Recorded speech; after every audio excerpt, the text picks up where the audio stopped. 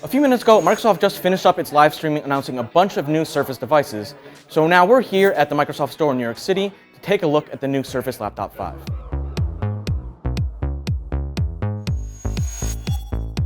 Now, you're not going to notice a ton of exterior changes on the Surface Laptop 5. If you've seen the Surface 4, you've kind of seen this one again. That's because there's really three main upgrades.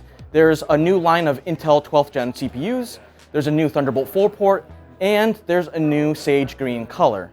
And I know that might not be sounding like a ton, and you're kind of right. Some other new features is there's a new support for Dolby Vision IQ, which uses the ambient light to kind of adjust your display's color settings, which is nice, but once again, not a ton of major upgrades. We still have a 720p camera, which Microsoft says has been tuned to make you look better on conference calls, and it's okay, but it's not really game-changing. And you also get an IR camera for Windows Hello facial recognition. For longtime Surface fans, I kind of like to see that Microsoft has kept at least one model with that fuzzy Alcantara deck, but for me, I kind of prefer the cleaner lines you get with that brushed aluminum finish all the way around.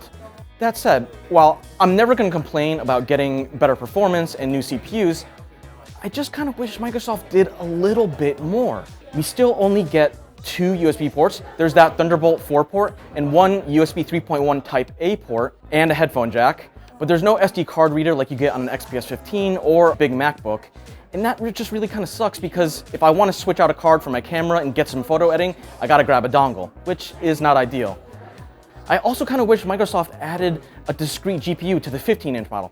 It's fine to use integrated graphics on the 13-inch model. It's a lighter system, more portable. That's cool.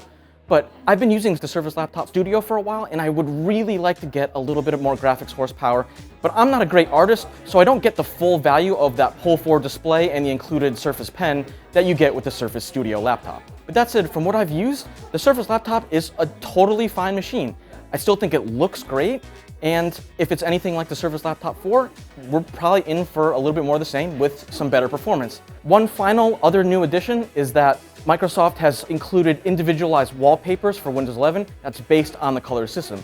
So if you notice, you'll get a green wallpaper on the sage green one and a grayish black one on the black model and so on. But that's kind of about it, and that's where I'm a little disappointed because I just wish Microsoft did a little bit more. But we should know more when we finally get a chance to check them out for real, so stay tuned for a review. The Surface Laptop 5 is available in 13.5 and 15-inch models starting at $1,000 and $1,200 respectively.